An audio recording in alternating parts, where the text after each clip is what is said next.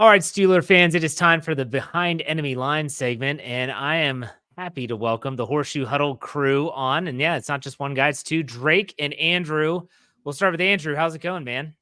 I'm doing great, Jeff. Excited for this matchup this weekend because the Yeah. Steelers are on a roll and the Colts got their first win of the season. So these games are always really competitive between these two teams. Certainly, the Steelers have gotten the better of the Colts in recent memory, but there's a lot to be, I think, excited about for these teams. Well, let's not forget last year when Mitch Trubisky mitched up the game and you guys ran the doors off the Steelers, but that's neither here nor there. I'm sure we'll reference that. But Drake, welcome to the show. How are you? I'm doing really good, and you know what? I'm right there with Andrew. I think this is a defense that's a great test for Anthony Richardson. It's a great test to see if that ground game can, continue with the momentum. And I think that the way that the offense has been playing, I think Mike Tomlin has Justin Fields as efficient as we've seen him. So I think that really for the Colts on both sides of the ball, this is just a good matchup. Yeah, and I do want to say that the Horseshoe Huddle is a part of the Fans First Sports Network. Their podcast can be heard there. We appreciate all the good work you all do covering the Colts. And so let's start with, of course, you start with Anthony Richardson. The Steelers did not face Anthony Richardson last year. He was hurt and on injured reserve. They faced Gardner Minshew. So the Steelers cannot glean anything from that past experience other than the fact that the running game is still strong. Jonathan Taylor still doing his thing. And so let's talk about Anthony Richardson. It's been such a small sample size, even going back to his rookie year. How have things been going? He's turned the ball over a lot. I know he's thrown 6 interceptions in 3 games. Accuracy was always a question mark about him coming out of college in Florida. He's got a cannon of an arm, but still, Andrew, we'll start with you. Have expectations been met, or is it underperforming? What's the take there? It's certainly been a roller coaster for Anthony Richardson to start this season. I mean, the explosive plays are there. Yeah. We've seen it multiple times, some highlight worthy throws from Anthony Richardson down the field, but it's really been lacking in the short to intermediate area. Last year, in 4 starts, Richardson only had 1 interception, and he's currently leading the league with 6 interceptions already. And a lot has been made about those accuracy issues, particularly in the short to intermediate game, and honestly, deservedly so, because there have been a lot of sailed throws, a lot of easy throws there where the receiver's open and Richardson just misses it. And I think it can be contributed to a few different things. Number one, we have to remember this guy really hasn't played football in 11 months. He was injured in week 5 last year, and throughout the offseason, he was really focusing on that rehab. So he's still, I think, trying to get back into the swing of things. I also think that the game is just really sped up for him. I mean, we were thinking about this kid. He has 20 starts since high school. He's still very, very young. For the second consecutive season, he's the youngest starting quarterback in the NFL. Sunday's game against the Steelers will only be his 8th career start in the NFL. And he kind of spoke to that after last week's win against the Bears, where it's almost like he's going too fast. He sees the wide receiver open in that short to intermediate area, and he's thinking, I see the guy, I need to get him the football. And he's almost overthinking it a little bit. And in my film sessions that I've watched, it's almost not, he's almost leaning too far on his back foot, not transferring his weight, and it's causing the football to sail. But when you see those deep throws, Richardson isn't really thinking. He's just letting the ball rip. And I think that's why the Colts have had so much success in the explosive on those deep shots rather than that short to intermediate game. So I really do think that eventually it will improve. I just think it's going to take some time. Let the game slow down for Anthony Richardson. Really, what this kid needs is just live reps. And the more reps he gets, the game is going to slow down progressively for him. And I think the better he's going to be. Drake, do you echo those sentiments, or do you have anything to add as it pertains to the expectations for Anthony Richardson? I echo most of it because I think that you've seen a guy that hasn't played football in a long time, like Andrew said. But this matchup upcoming is very interesting because you've got TJ Watt, you've got Cam Hayward, you've got Minkah Fitzpatrick. You don't have Alex Highsmith, but the Steelers lead the NFL in least overall yards allowed per game. They're like a top 5 pass defense. Richardson has struggled, period, just with accuracy. And like Andrew said, he's got this cannon of an arm, and he just needs to learn how to dial that thing in every now and again because he just floats these passes. because of his arm is robotic and strength. So like, I think that you got to keep him on the field. I know that we've heard some Colts fans suggest, doing a Bryce Young to him, totally different situation than what's in Carolina. You got to keep him on the field. He's only 22. He's got to keep getting experience. So Drake, I'll keep it there with you. When you think about this matchup in particular, yes, no Alex Highsmith, Nick Herbig comes in.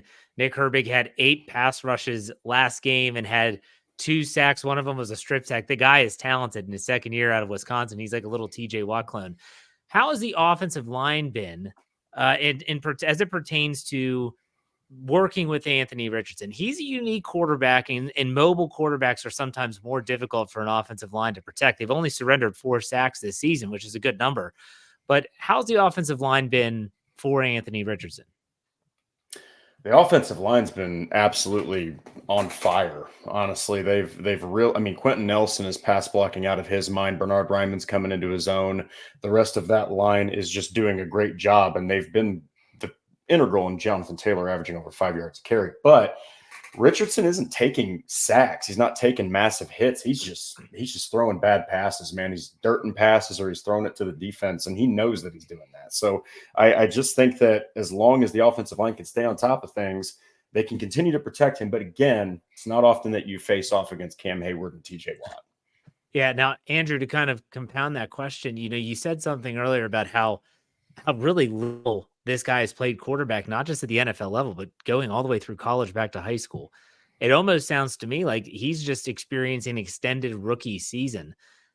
When it comes to that, is there a leash for him in terms of how, at what point I don't think they'll ever turn away from him because they've invested so much in him. You have to at least give him a shot to develop, but the struggles are real. And so they're running the football well. Is that the only cure-all for them, or is there another way that they can help Anthony Richardson settle in and settle down a little bit? Well, I think you can help him in a multitude of ways. Obviously, running the football with Jonathan Taylor certainly helps. Yeah. I think making scheming up quick reads for Anthony Richardson. I think that can also help. Getting him outside the pocket a little bit more. Certainly, because I mean, as Drake said, the offensive line has been really good. I think Tony Sperano Jr. has this unit really playing together, and it's echoing the offensive lines of 2018, 2019, when many consider the Colts to have the best line in the league. So, and even when Richardson has faced pressure, most of the time, I won't say all the time, because there have been instances where the pressure has certainly affected him negatively, but he's been able to withstand that. And I don't think the pressure has been really getting to him. But I do think leaning on Jonathan Taylor, I think getting Josh Downs back last week, once he gets back into the swing of things, will certainly help. Josh Downs has been one of Anthony Richardson's favorite targets when he's out there. He's still getting his feet wet. The wide receivers also, at least through the first 2 games, certainly didn't do him any favors. Multiple drops. The last game against the Bears, it was more on Anthony Richardson than it was the wide receivers. So I think it's really just about getting him into a rhythm. The Colts, and it seems like these first 3 weeks of the season, and Shane Steichen have really just been trying to throw a lot at Anthony Richardson, because the only way he is going to develop is by going through these situations, seeing these different situations, seeing these different defenses. How do you react to these different defenses, and being able to adjust because of that. So I think it still gets back to, once the game slows down for Anthony Richardson, you're going to see a much different quarterback. He's got all the physical tools there. The mentality is there as well. You're not talking about a guy who thinks he's already the greatest quarterback in the world and thinks there's no issue there. He knows directly after the game, he spoke in front of the team and said, I need to play better for you guys. The team is completely bought into Anthony Richardson, though, and I think that means something. He has the right mentality. He's a very bright kid as well, works very hard. So again, I think it will. I think that if you had to bet on him either hitting or being a bust, I would tend to lean that he's going to hit. But again, it's going to take time. You think of Josh Allen, Jalen Hurts, both those guys, they didn't start out within 4 games or within their first 8 games looking like what they do today. some quarterbacks just take longer than what CJ Stroud did to really catch on fire. So we'll see with Anthony Richardson, but I think everything is there for him to be successful still. All right, Drake, last thing here. You're Terrell Austin. He's the defensive coordinator of the Pittsburgh Steelers, and you're in charge of dialing up a plan to slow down this Colts offense. What are you doing? How are you attacking the weaknesses? So, in other words, I'm asking you, what are the weaknesses of this Colts offense? I think the weakness really is just sitting back and letting Anthony Richardson throw the football right now. I think that they're going to make sure that he can't throw deep. I'm going to make sure that you put at least a spy on him. And, you have to, first and foremost, Mike Tomlin even said this. He understands fully that Jonathan Taylor is the threat here. But really, it's about seeing if Richardson can just make those layup throws. See if he can make those precision drops over the top of a linebacker's head. And instead of sailing it over the wide receiver, it just, fits between two players. He has to learn how to get those donut hole sized holes. He's got to get the football there. And so I think that's how Pittsburgh's going to challenge him. And I think that they're going to do pretty much whatever what the Packers, especially the Packers did. And that's just kind of sit back and, see if you can make those layup throws. And so far, he's really struggled with that. All right. Let's go to the other side. I want to ask you, Justin Fields, barring something drastic changing, is going to be the quarterback for the Steelers. When you probably saw the Steelers on the schedule, you're like, well, could they play Russell Wilson? Could they play Justin Fields? Well, now you know the answer. 99% sure, as Mike Tomlin will never give us anything definitive. What's your all's feeling about facing the Steelers with Justin Fields at the quarterback? Andrew, we'll start with you. I think the Colts have an opportunity to get after Justin Fields because the Steelers are down. I think it's 3 offensive linemen currently. Correct me if I'm wrong, Jeff. They might get Sayamalu back this week. We'll see. Depends on how many friends in practice. Okay, but the Colts, obviously the run defense has struggled the first 2 weeks, bounced back against the Bears. But one thing that hasn't been lacking is this pass rush. Even without DeForest Buckner, you've had Kwity Paye making plays. Latu is starting to flash and come into his own. Tyquan Lewis as well. They've really been able to get after the quarterback. And historically, Justin Fields has been a quarterback that holds on to the football for longer than most. Now, while he is very athletic, you are worried about him taking off with his feet. I think you can get after Justin Fields a little bit and rattle him that way. I think this pass rush is certainly starting to come into its own. The middle of the field seems like the area that Justin Fields really likes to attack.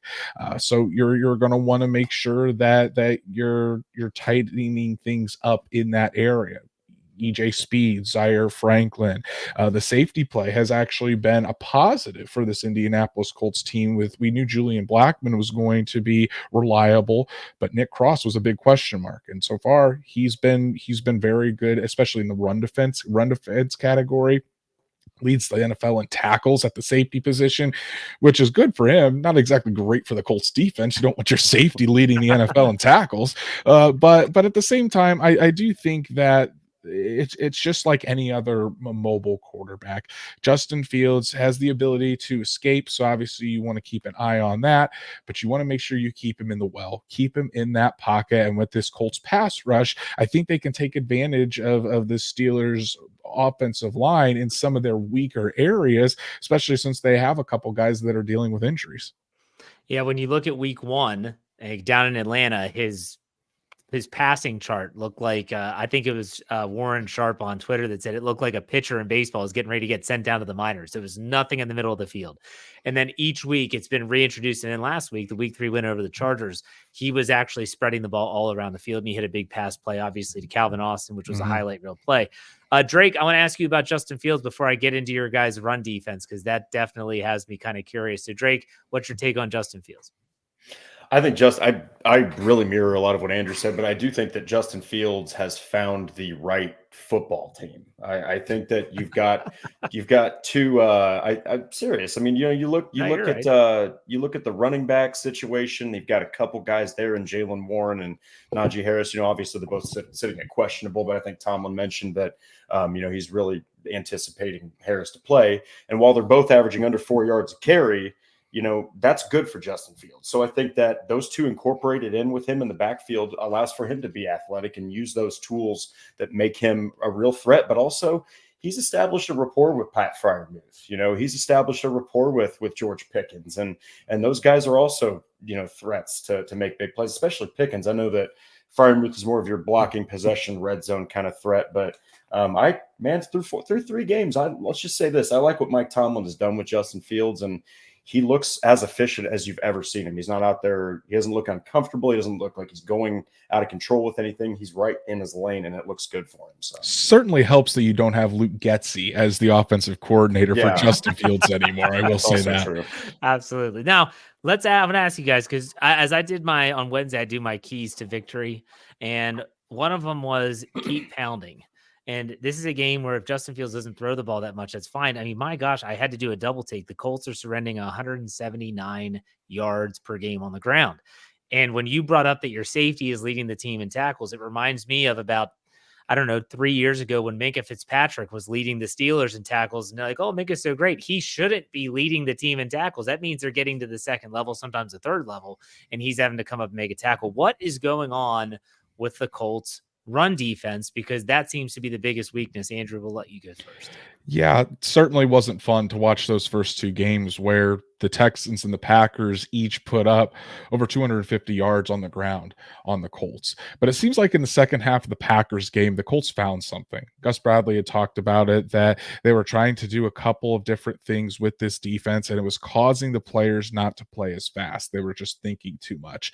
So they went back, they simplified things, and in the second half against the Packers, while they allowed 167 yards in the first quarter alone, in that second half, they only allowed 24 yards rushing. Then this week against the Bears, 63 yards rushing total the entire game. So am I saying that this team has turned into the 85 Bears? Absolutely not. But I do think that the run defense, they have found something there. We've seen, especially last week, Zaire Franklin and EJ Speed playing much better. The Colts had a lot of gap discipline last week. I think the defensive line rotation is starting to come into effect. New defensive line coach Charlie Partridge it seemed like the first 2 games there wasn't really a rhyme or reason for the guys being in when they were. Last week you saw that rhyme or reason on those early rundowns with DeForest Buckner out. You have Grover Stewart in there as one of the best run defenders in the NFL in the interior of the defensive line. And then they put 6'7", 330-pound Raekwon Davis in the middle there to just eat space, allow those linebackers to run free. Then when you get on those third down, those obvious passing downs, since you don't have DeForest Buckner in there, you bring Dio Dangbo, who has been more of a tweener his whole career, and Tyquan Lewis, who's also played both inside and out. Those are your guys inside rushing the passer along with Kwity Leatu Latu. So I think it's a combination of things. I think it's a combination of, again, just simplifying what this Colts defense is doing. They are bringing a little bit more pressure, and I think you're starting to see Gus Bradley evolve in that category, which certainly helps not only against the run, but also against the pass. And then just being disciplined in their gaps, not being pushed completely out of the frame like they were against the Texans and against the Packers. So we'll see if they can continue that this week. Am I expecting them to hold up the Steelers to under 100 yards like they did the Bears? No, I think the Steelers rushing attack is much more formidable. But do I also see the Colts giving up 200 yards to Najee Harris and crew? I don't think so. Now, Drake, before I ask you about your expectations for this game, do you foresee the Colts saying, all right, Justin Fields, you're going to have to beat us with your arm? Or has he proven enough this season so far to say, like, they're not just going to stack the box and dare him to throw the football? Because even go back to last week against the Chargers, he proved that he can, throwing for 245 yards and a touchdown. What do you think? I think that he's over 70% completion right now. He's sitting at 73.3, which is, Justin Fields, up to this point, I never thought I'd see a 3-game stretch of him completing, being that accurate. So clearly he can make throws that he in the past may not have been able to. But like Andrew said, I think that the Colts do have tools and weapons up front and in the defensive trenches to be able to get pressure on him. And, one example was Taven Bryan. You had him, who's more of a pass rushing, interior defensive tackle on rundowns, and he was just getting destroyed, and then in the game against the Bears, while they do have a pretty bad offensive line, let's be honest, he was used more as a pass rushing specialist. So it looks like Charlie Partridge has started to kind of find the right formula.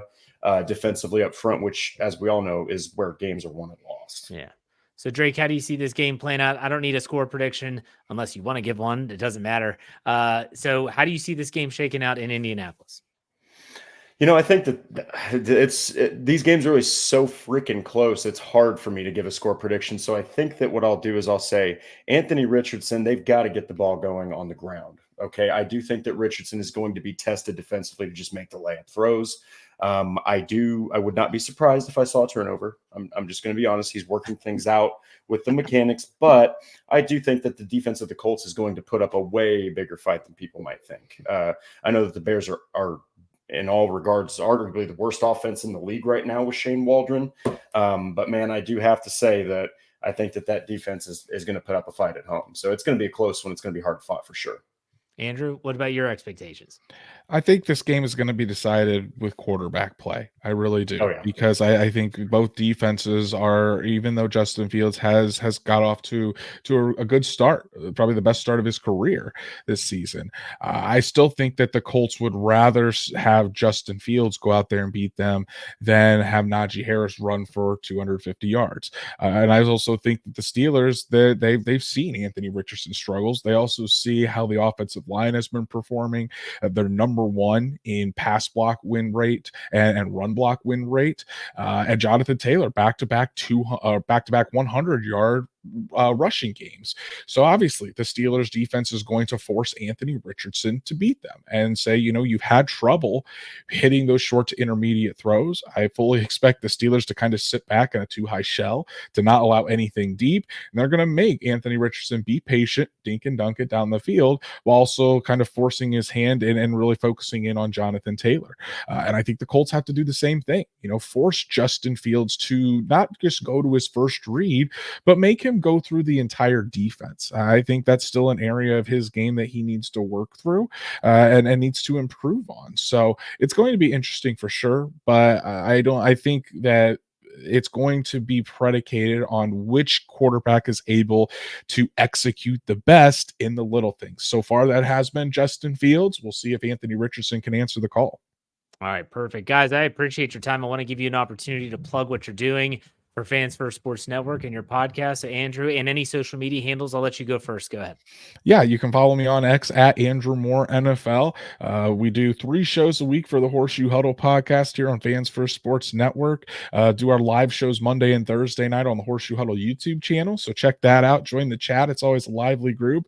And then you can check out my written work at horseshoehuddle.com. Perfect. Drake, why don't you do the same? Yeah, so exactly. I mean, I work at the exact same place that Andrew does. So, go follow my written work and all the rest of our writers at Indianapolis Colts on SI and, our work on YouTube on horseshoehuddle.com. And also I am on X at DWalsterDrake. All right, guys. Thank you for your time. Enjoy the game on Sunday. We'll be in touch. Take it easy.